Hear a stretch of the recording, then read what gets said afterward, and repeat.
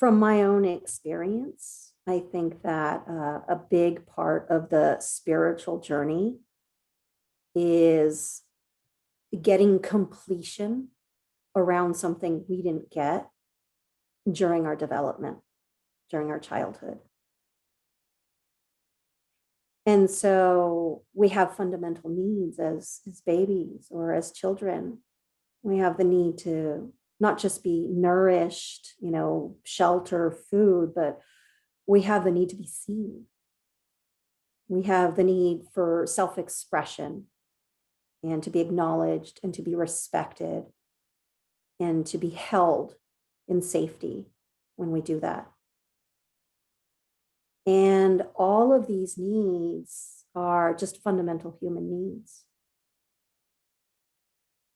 And we all have different childhoods. We all have different cultural upbringings. We all have different experiences as we're institutionalized in, educational settings and any other communities that we belong in, whether it's religious or whether it's clubs or activities that we've done. But the fundamental needs never change. And in a sense, my experience as being human is that there's always that longing for that completion, for having those needs met. And what I've noticed around how I relate to that, and not just myself, I've noticed this in a lot of people that I know, actually most people that I observe, is that we're looking for that completion externally. We're looking at that from friends, from family members, from partners, lovers, whatever that be. And they are absolutely resources for that.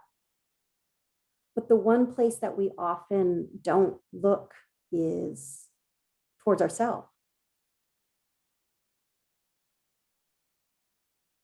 And having those needs met by external circumstances is a little tricky because the conditions are not always favorable for that to happen.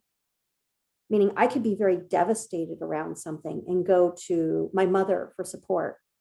And if she's not regulated, or if she's not in the conditions for being able to take on what I'm experiencing, what might happen is not only do I not get my need met, but I might be rejected or misunderstood, or I might have something that compounds to the pain that's already there. One of the places that I have found that I can meet that need almost reliably is in my meditation practice.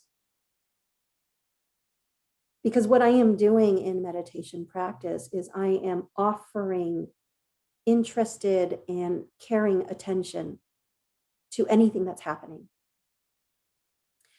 And it's somewhat of a space that's safe because nobody's there.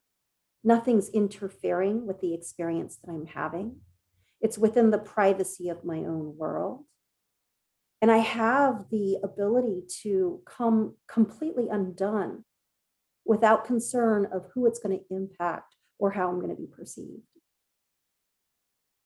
And so one of the beautiful healing aspects of meditation that has happened for me is actually this parenting, if you will, or this raising myself or offering myself the needs that I have been longing for ever since I was a little kid is actually possible. And that realization is really powerful because it takes it outside of the meditation. So that as I'm going through the day-to-day, when something difficult happens, I can soothe myself. I can actually stop what I'm doing and let myself drop into the difficulty or the pain of the experience and let it really land and let myself be seen and felt and heard just by orienting my attention to what's happening. And there's a relief, something relaxes around that, something eases up.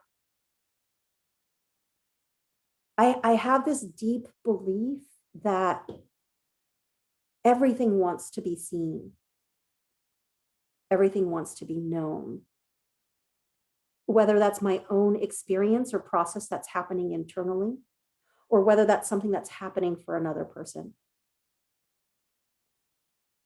And there is a freedom that comes from that.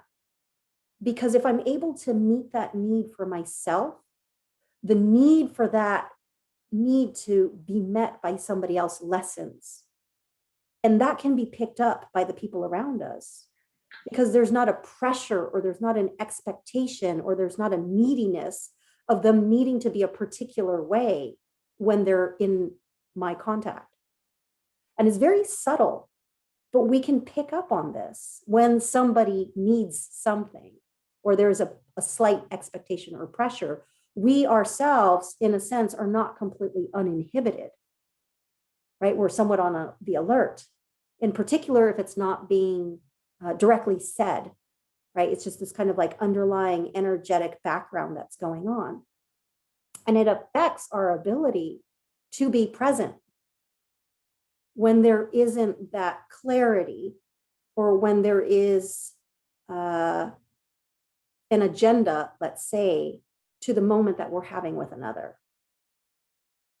And I want to make it very clear that it's not a bad thing, or it's not a good thing.